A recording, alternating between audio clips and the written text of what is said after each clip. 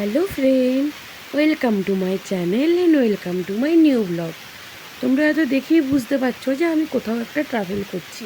হ্যাঁ, আমি সত্যিই ট্রাভেল করছি, তবে হ্যাঁ, বাসে নয়। এটা ছিল সেই মিনি বাস বা উইঙ্গার বলে যেগুলোকে, ওই ট্রাভেলার টাইপ আর কি, সেইগুলোতে। আর কোথায় যাচ্ছি সেটা ভিডিও দেখতে থাকো, তাহলেই বুঝতে পারবে।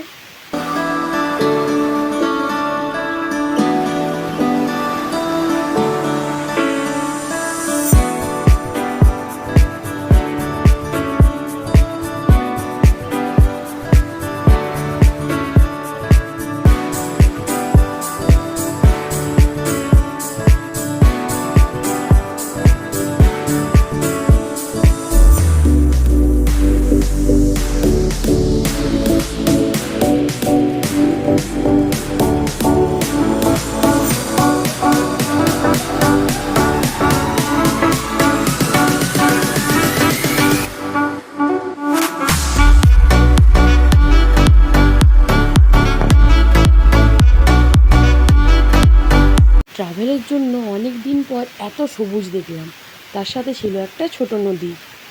আর এই করতে করতেই আমাদের একটা টিফিন টাইম হয়ে যায়।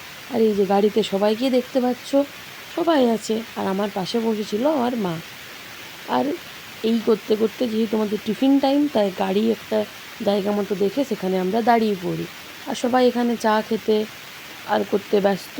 এটা আমার একটা কাকিমা ছিল, মা ছিল, মাসি ছিল, অনেকে আছে। চাটা খেয়ে আবার আমরা রওনা হই। আর পায়ে একটা হাইওয়ে, আর সেটা দিয়ে যাচ্ছিলাম। তার মধ্যে হয়ে যায় সন্ধ্যা। এই ট্রাভেলটা বেশ মজার ছিল, কারণ হ্যাঁ, আমার এজের হয়তো কেউ ছিল না, সবাই ছিল কাকিমা জেঠিমারা, বাট আমি আর বোন ছিলাম, ওটাই আমাদের এনাফ।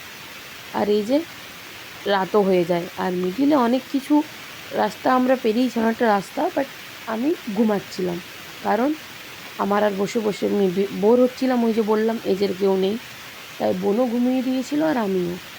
আর এর মাঝে আমরা গাড়ির মধ্যে সবাই মুড়ি খেয়েছি, যেটা কিন্তু এই ভ্লগে দেখানো হয়নি, কারণ তখন আমার প্রচণ্ড খিদে পেয়েছিল আর আমি খাওয়াতে ব্যস্ত ছিলাম। তার মাঝেও যদি কোনো ছোটো ক্লিপ নিয়েছি হতে পারে, আমার মনে নেই, কারণ ভিডিওটা করার অনেক দিন পর আমি এডিট করতে বসেছি।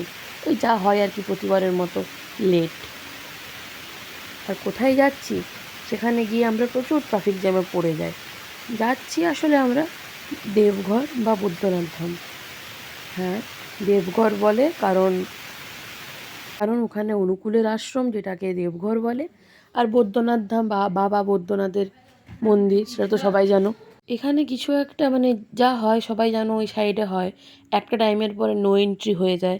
তো এই জন্য আমরা অনেকটা টাইম ভুগেছি। প্রথমে তো আমরা ওই জায়গাটা খুঁজে পাইনি, তারপরে ট্রাফিক জ্যামে পড়েছি, তারপরে নো এন্ট্রি। এই সব করতে করতে যেখানে আমরা দেবঘরে ঢুকে গেছিলাম প্রায় 7:30 8টার মধ্যে, সেখানে রুম ঢুকতে ঢুকতে আমাদের 10টা বেজে যায়।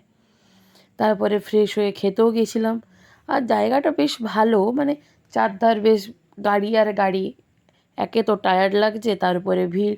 তার মাঝে দেখতে পাই যখন ওই সব কিছু কাটিয়ে আমরা বেরিয়ে আসি, একটা মেলা, যেটা ঘুরতে যাবার আমার খুব ইচ্ছে ছিল, কিন্তু যাওয়া হয়নি।